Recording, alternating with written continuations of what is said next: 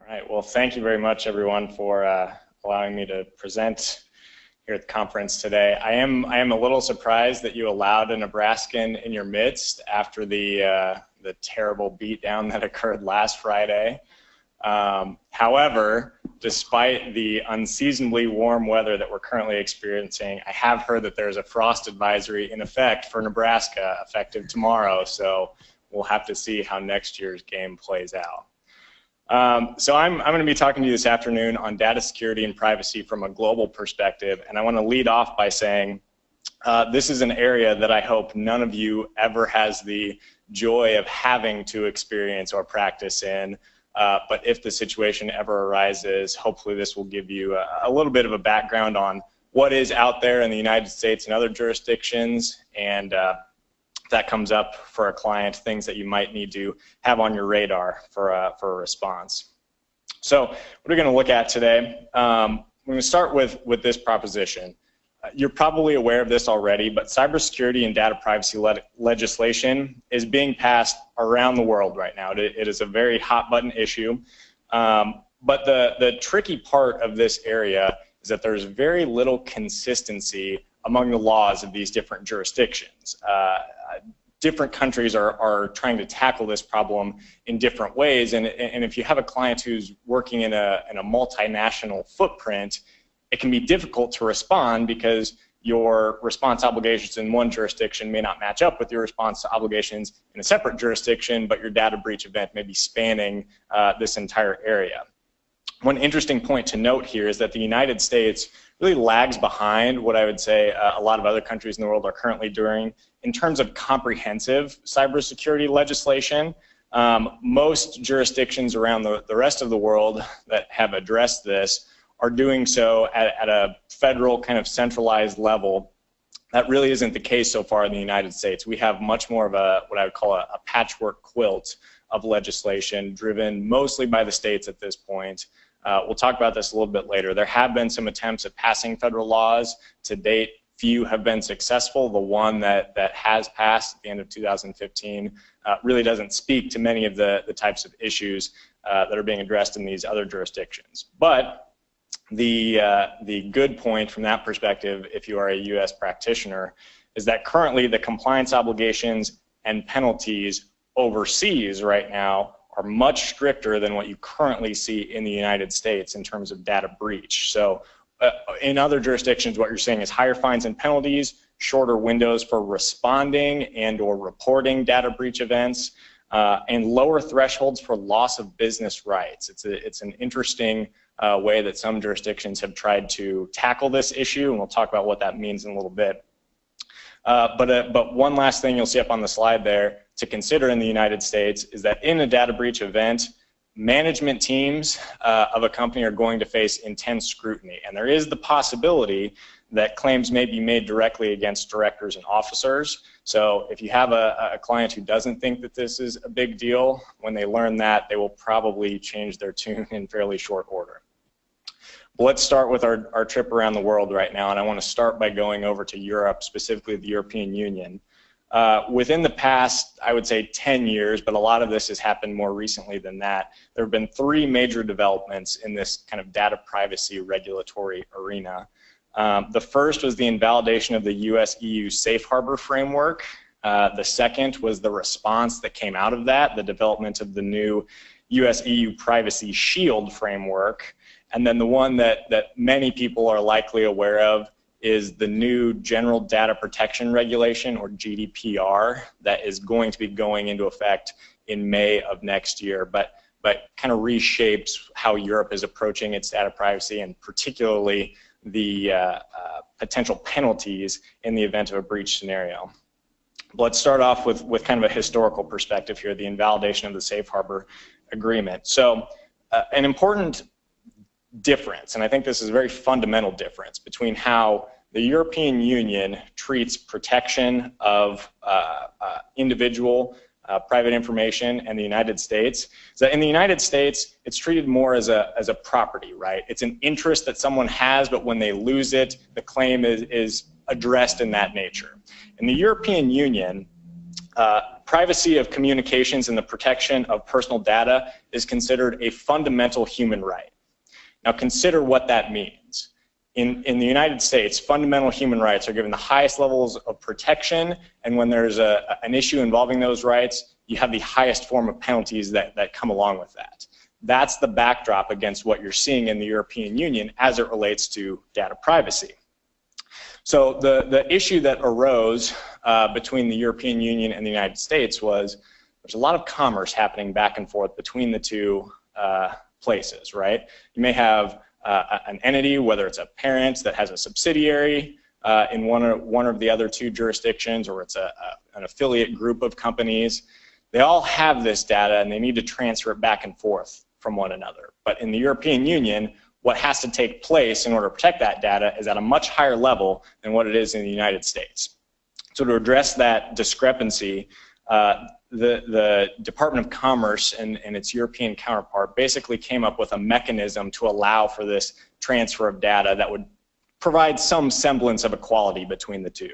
It was called the US-EU Safe Harbor Framework, and basically what it meant was that if you as a company self-certified to the Department of Commerce and agreed with 7 basic principles in terms of what you would do to try to protect personal data, then the European Union said, we think that meets our bare minimum requirements, and we will allow you to transfer data back and forth without having to otherwise certify or comply with what the rest of Europe's kind of general data privacy directive would otherwise require. And it was very successful. There were over 4,000 US companies that received Safe Harbor certification. As you can imagine, if they wanted to conduct commerce in the European Union, it was almost a necessity, and it was something that most companies took advantage of. And it worked very well until about 2013. For the live audience here, anyone know what happened around 2013? Any ideas of why this might have gotten disrupted? Edward Snowden, the Prism Program in 2013. So you have an individual named Max Schrems who files a complaint with the Irish Data Protection Commissioner, and he says, as I'm looking at this right now, I know that my personal data is available on Facebook, and I know that they are transferring that data from the European Union to servers in the United States. And now with all these revelations, I think that data is not safe anymore. So he files this complaint, and Ireland looked at it and said, we don't really think that we have a way to address this very well, so we're going to reject your claim. Mr. Schrems appeals, it goes to the High Court of Ireland, and the High Court of Ireland says, this is really beyond our purview to try to address, so we're going to kick it all the way up to the European Union Court of Justice. The European Union looks at this, and they initially issue a non-binding opinion recommending that they invalidate the Safe Harbor Agreement. And basically what they said was, in light of US surveillance activities, we think that this Safe Harbor Agreement currently enables interference by US authorities with the fundamental rights of persons whose personal data is or could be transferred from the European Union to the United States. Again, this fundamental rights approach to it, placing a very high bar on levels of protection that the European Union is providing. What they said was, we understand that in the typical commerce context, you're complying with what you need to do, keeping it safe from other individuals. But behind the scenes, you're also agreeing to voluntarily share this data with the US government. And European citizens, 1, didn't know that was going on, but 2, have no way to try to address that if they object to that type of sharing of their personal data that we consider a fundamental human right.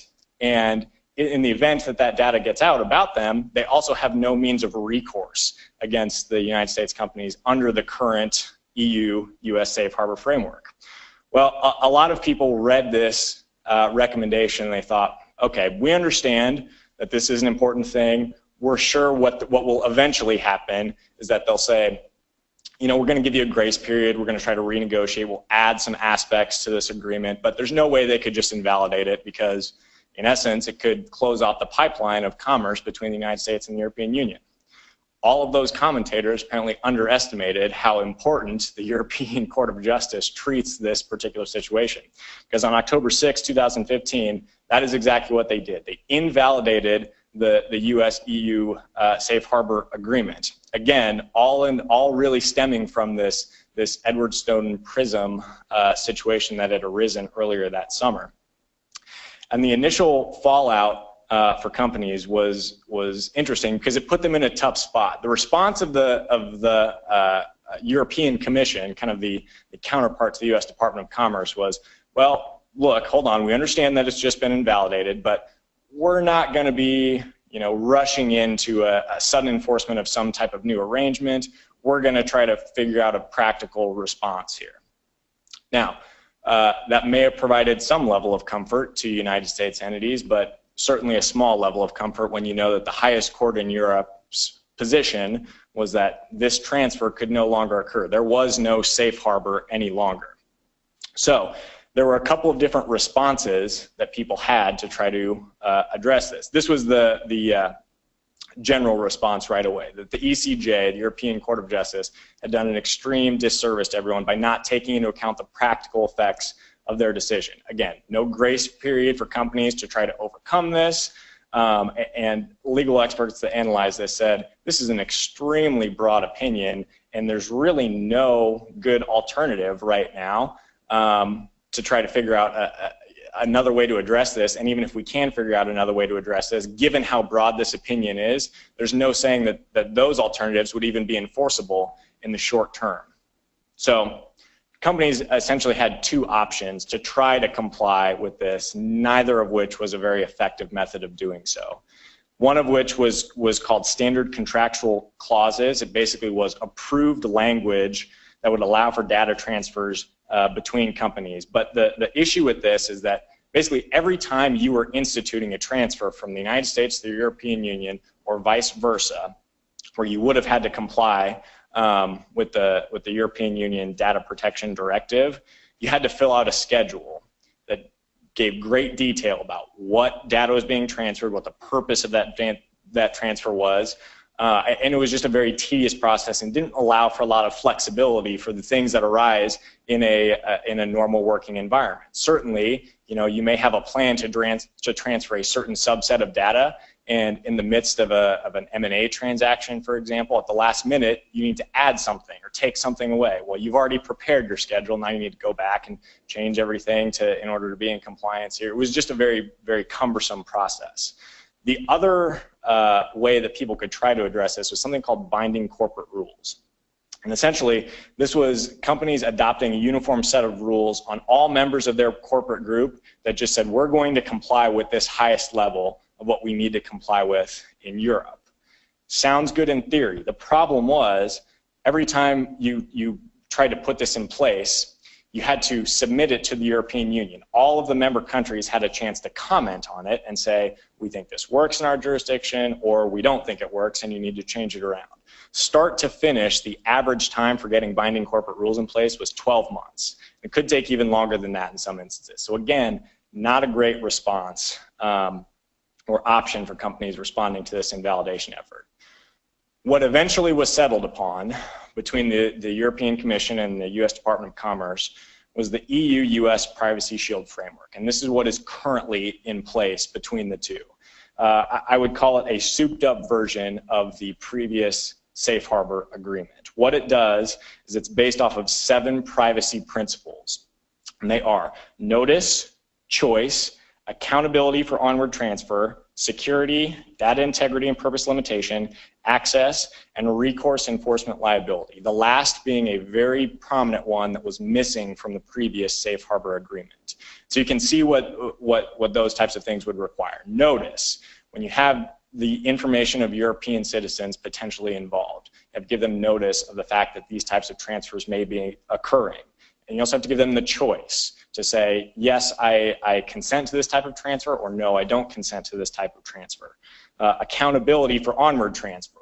You're kind of disclosing what it is exactly that you're going to be doing with the data and agreeing that without either express or implied consent from a European Union citizen, we're not going to send it on once it is within our control scope. Purpose limitation, again, we're only going to use the data for the purpose that we've been approved to do so. We're going to limit the access of people to this information, and we're going to put in a structure so that if there is a breach event or this data is somehow misused or a European citizen feels that their data has been compromised, they have a method for trying to seek some legal recourse. So the US-EU Privacy Shield framework is currently voluntary to join. Similar to the Safe Harbor framework, you would self-certify to the US Department of Commerce. The difference here is that once you assent to the framework, it becomes enforceable against your company. So again, voluntary to join, but once you're in, you're in.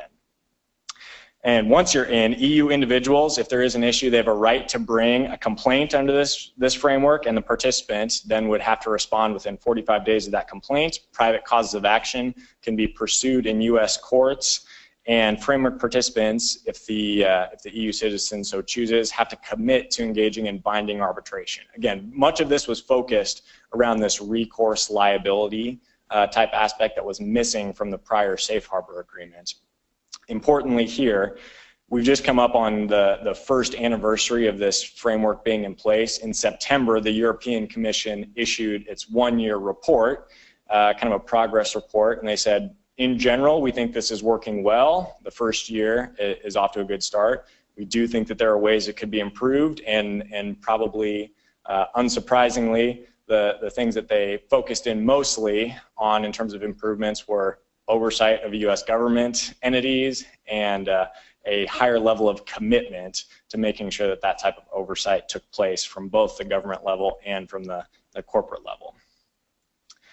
But the big one that most of you have probably heard about is the General Data Protection Regulation, otherwise known as GDPR. Kind of a shift in thinking for Europe in terms of data privacy, especially when it comes to who it affects and the potential penalties for non-compliance in the event of a data breach or really more willful conduct in terms of handling data. So the new GDPR is going to affect two categories of people. All of this is very definitionally driven.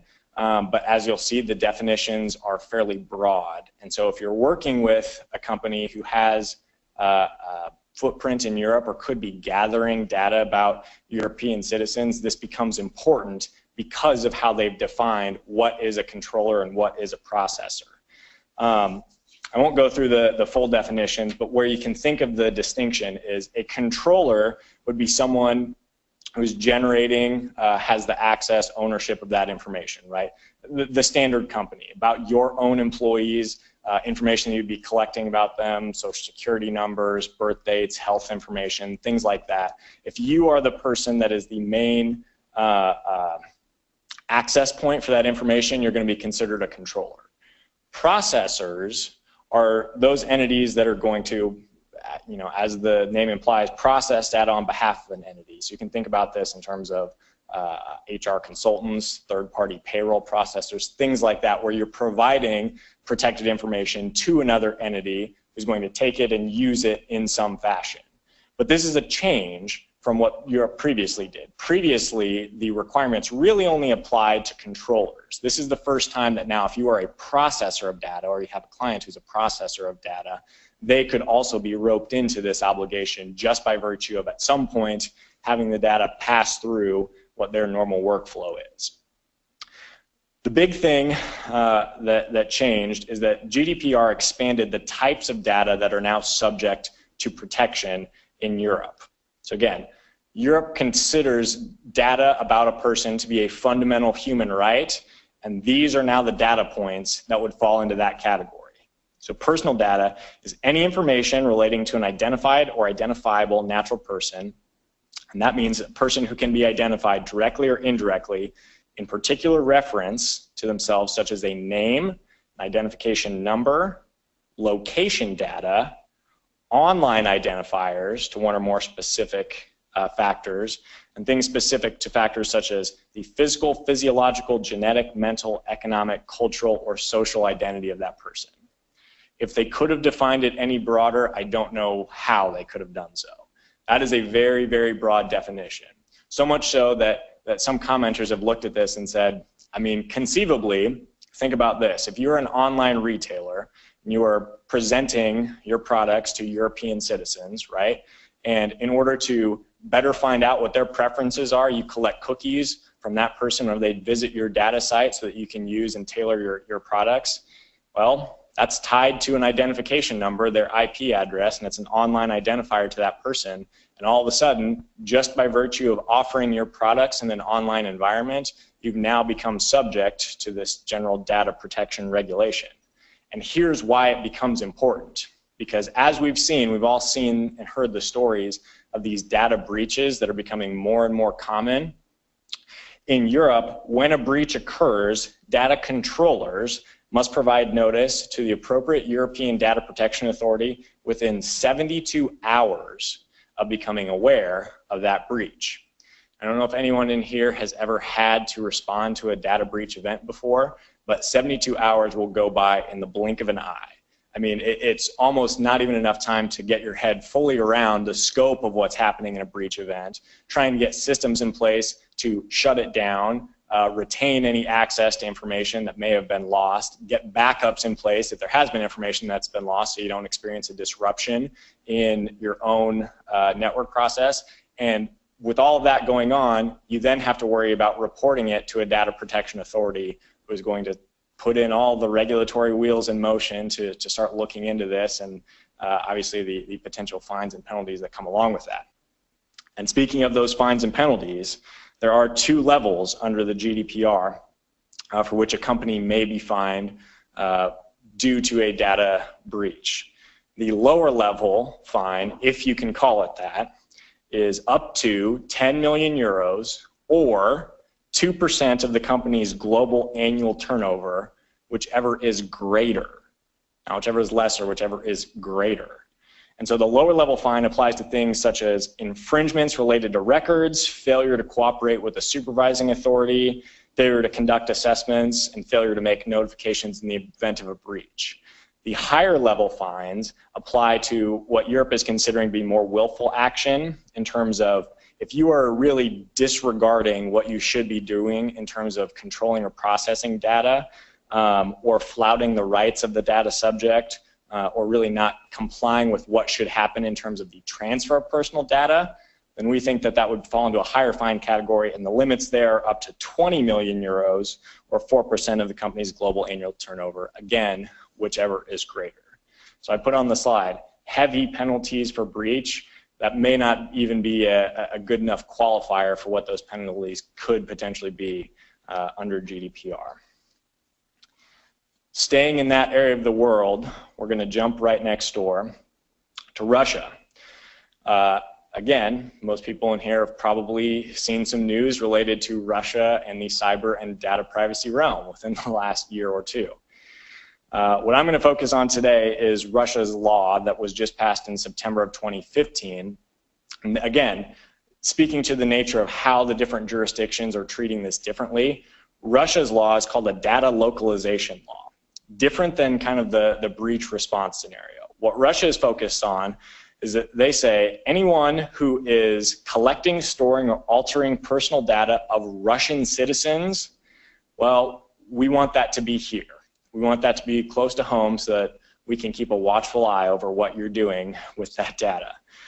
It basically requires companies to store and process all personal data of Russian citizens using databases that are physically located in Russia. Again, if you think about this from a commerce perspective, you may have clients that are targeting a customer base located in Russia, but if they're collecting information about those individuals, they may have to actually establish a physical presence in order to store that information in Russia, or risk being in violation of this data localization law. And this is where it gets interesting in terms of how Russia is approaching this issue versus some other jurisdictions. The penalties for violating the data localization law include restricted access to local hosting and telecommunications infrastructure in Russia. There are currently no fines. So if you do it, we're not going to hit you with a monetary penalty. What we are going to do is effectively come in and shut off your access to the Russian market. We can come in and cut off your ability to operate on our Russian infrastructure here. So ultimately, on paper, it probably doesn't seem as harsh as a fine, but the actual economic impact to an entity could be much greater if much of their revenue is derived from customers that are located in Russia. And the indications from the Russian entity who enforces this, their name is up on the slide. I'm not going to try to pronounce it in front of you today, but that they are going to enforce this not just against big players. Small and medium companies alike are all going to be treated the same when it comes to this data localization requirement. So, blocked access, again, kind of a major impact on a company's ability to operate in Russia. If that is something that a client intends on doing, intends on targeting Russian citizens with what their products are or services are, then they likely are going to have to establish a physical presence there in order to store that data about those Russian citizens. China. China just passed a cybersecurity law that came into effect this year, June 1st of 2017.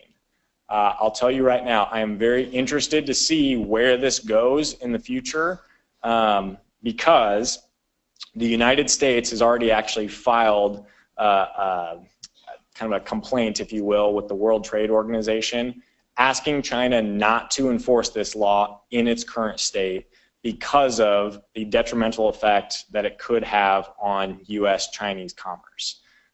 It is being interpreted as that wide-ranging and that potentially restrictive in terms of data collection, data transfer here.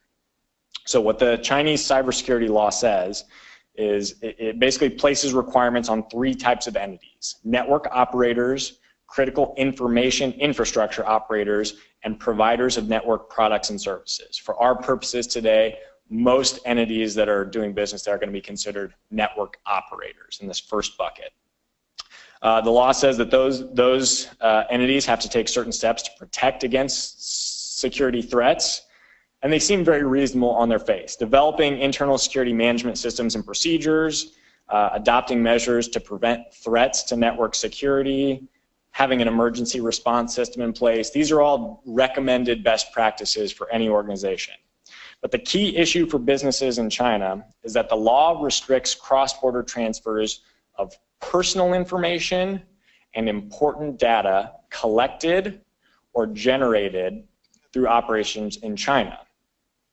If you have that information, you may only transfer it on a cross-border basis if you have a business need to do so and you pass a security assessment before doing so.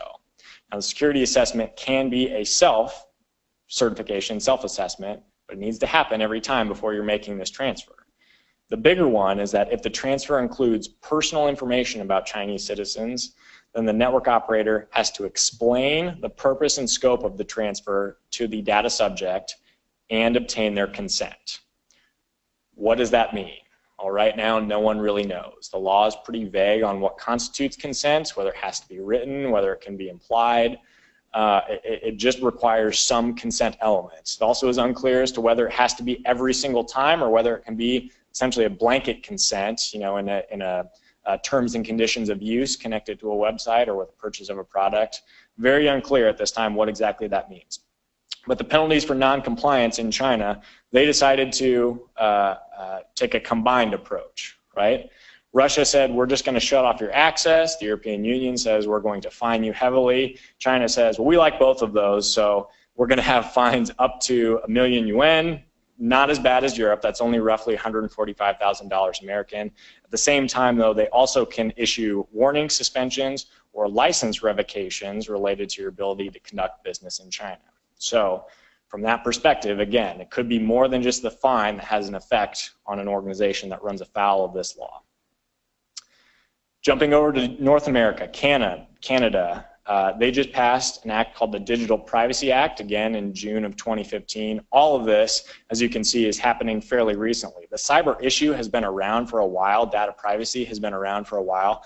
It's only lately that with this spate of kind of high-profile breaches and hacks that are stealing personal information, countries are now understanding the seriousness of this and putting in structures to try to address this.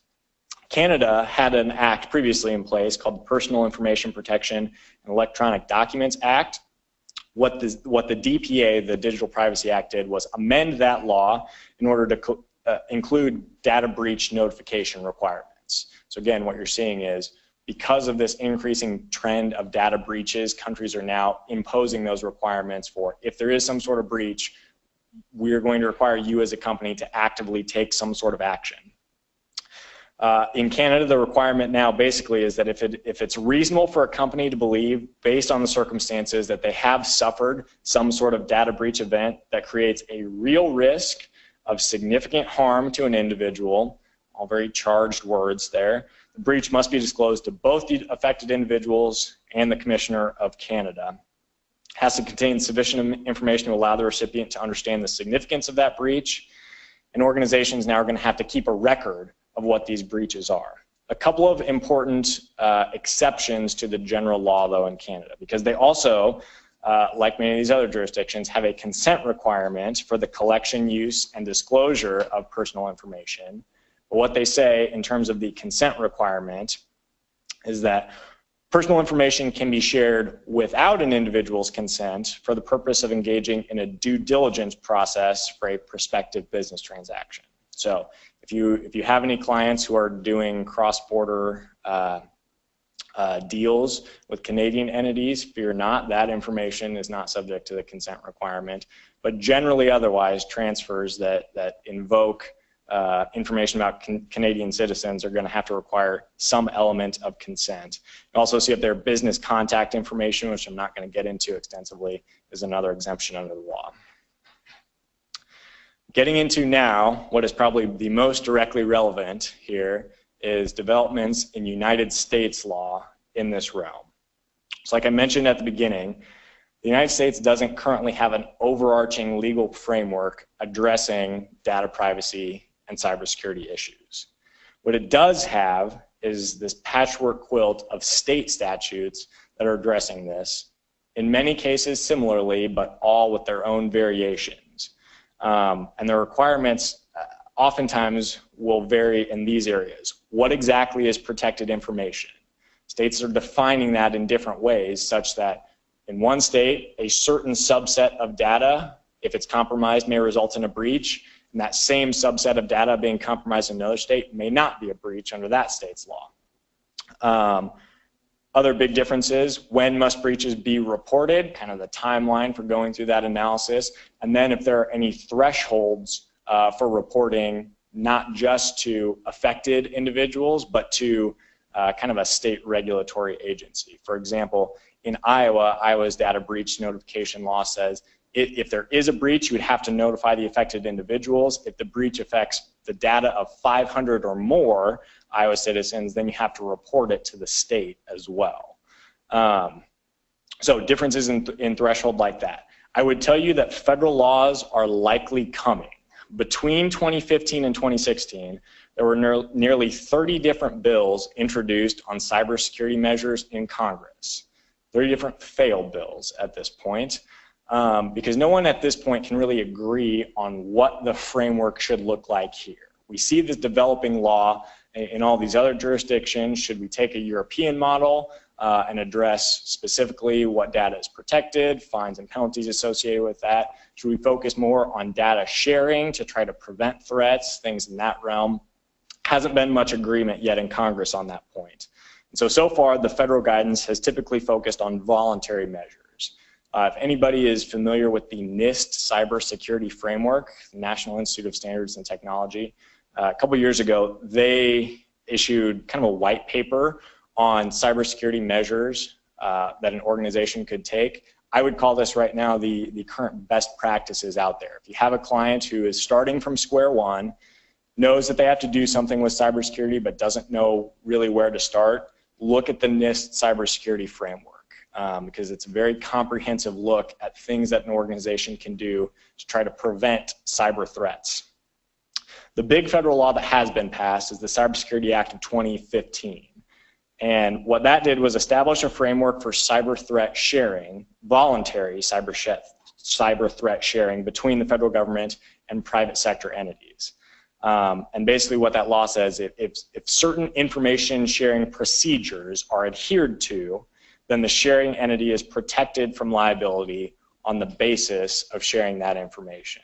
In essence, what it's aimed at is, if you are an organization and you either are experiencing a data breach or you see a potential vulnerability, but you don't know how to address it, the government says, we're not going to disclose this to you, but we have people who probably know how to address that. And if you adhere to a certain set of structures, we'll protect you from liability if you reach out for help. The idea generally being, we want to wrangle this back in, make sure that the breach doesn't balloon into something bigger, that vulnerabilities are addressed so that breaches don't happen in the first place. Speaking to that patchwork quilt on the federal level, current data privacy laws typically are industry specific. HIPAA has a privacy rule, the Gramm-Leach-Bliley Act has a privacy rule applying in the financial sector. But again, these are industry specific and are not going to be applicable to all entities. There we go. What has been fairly prominent in the US is when there is some sort of data breach, despite not having an overarching structure as to how that response should work, it's clear that people are affected by that, right? They suffer personal loss, and courts have addressed that often in the class action context in the data breach scenario. But it's an evolving standard, because historically, in terms of class action lawsuits, to have standing to assert your claim, you had to show that some harm has actually occurred, right? You've actually already suffered some sort of loss in order to be able to bring your claim. Oftentimes that may not be the case in a breach event. You get a letter from Target saying your personal data has been compromised. It's out there with some hacker in the ether, but you're checking your bank account, you're checking your Target card. There doesn't appear to be any fraudulent activity on there yet. But we all understand that the risk of that is severely heightened because of this. And so a couple cases that I have up there on the slides basically go through this back and forth as to what exactly is going to constitute a level of harm reached to provide standing.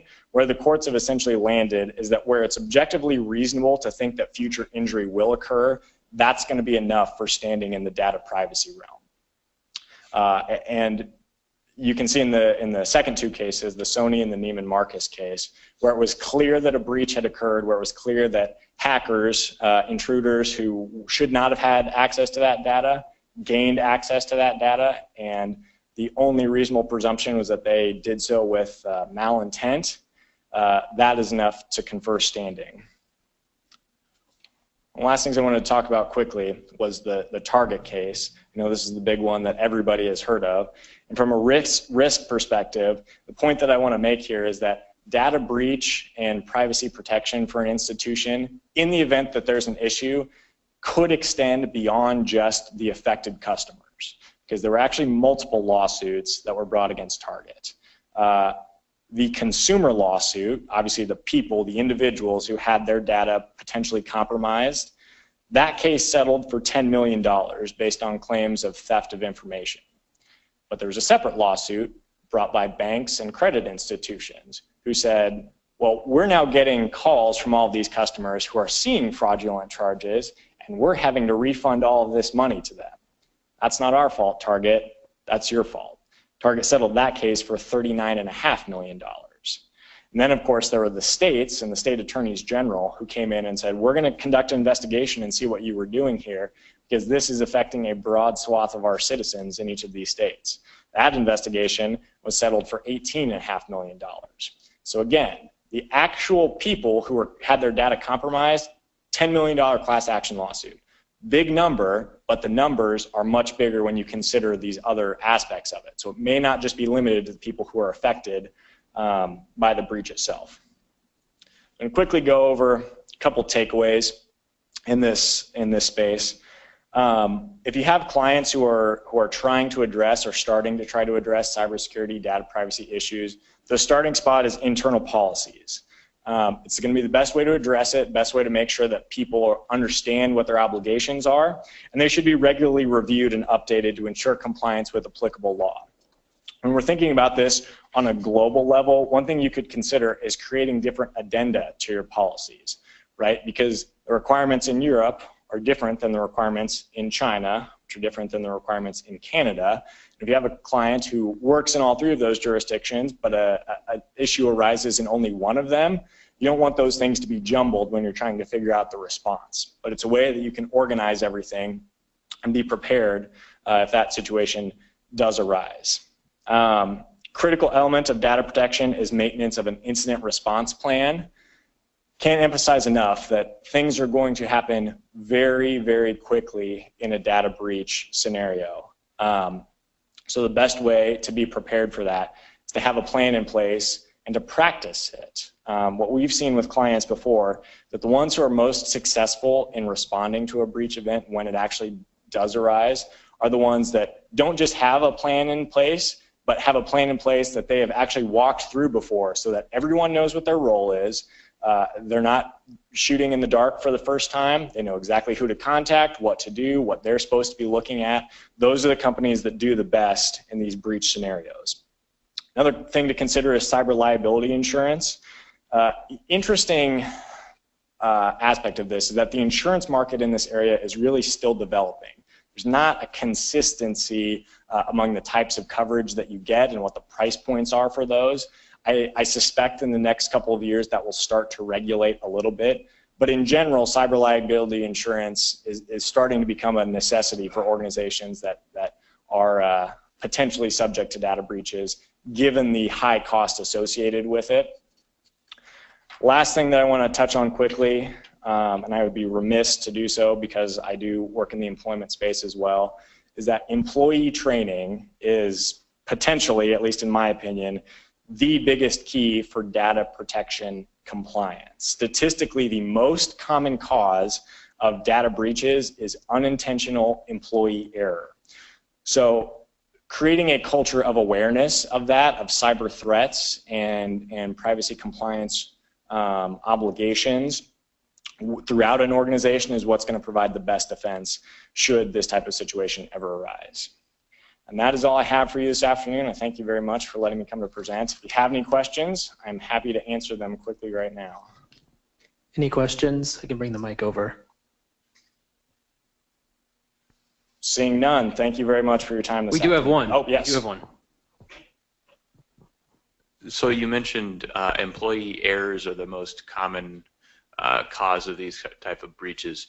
What are some of the most common examples of those employee errors? I'll give you the one that is always the most shocking to me. A couple years ago, the Department of Homeland Security ran an experiment where they went outside in the parking lot of DHS headquarters and they dropped a bunch of flash drives that had a DHS logo stamped on them to see how many people would pick up that flash drive, come inside, and plug it into their computer. This is actually something that they picked up on because this is an area that foreign intelligence agencies did to try to hack into US systems. They would send someone with a diplomatic envoy. They would drop a flash drive in a hall when they're on a tour. Someone would pick up that flash drive, plug it in their computer. All of a sudden there's malware that's infecting their computer and spreading from there. So flash drives are a big risk. But the other big one is phishing and just making sure that people are aware of what that looks like. If you get an email from an email address that looks weird or is off, or there's something that just doesn't sound right about it, it's an email maybe from someone that you know, that you read through it and say, that really doesn't sound like that person. There are ways to check to see if that's accurate. Again, if you, this is getting in the weeds a little bit, but if you hover over someone's email address, it will show you the actual domain of that, right? So maybe it just says person's name. If you hover over that, it may show that it's going to a different address than what it is. Or one thing hackers are doing now is they will create fake addresses that are just a little bit off, right? So let's say you get a notice from PayPal that says, you know, your payment order did not go through. Please click on this link to rectify, and we will assist you. You look at the address who it's from PayPals with an S.com. again, if you're not paying attention, things that very easily could be overlooked. And that's what comes down to this employee training, is just making sure people are aware of that and trying to create this culture of, I don't want to say fear, but where people are looking for that on a regular basis. And if anything seems fishy, are reporting it to the IT department to take a look before clicking on things that could create a bigger issue for their organization. Thank you very much. All right.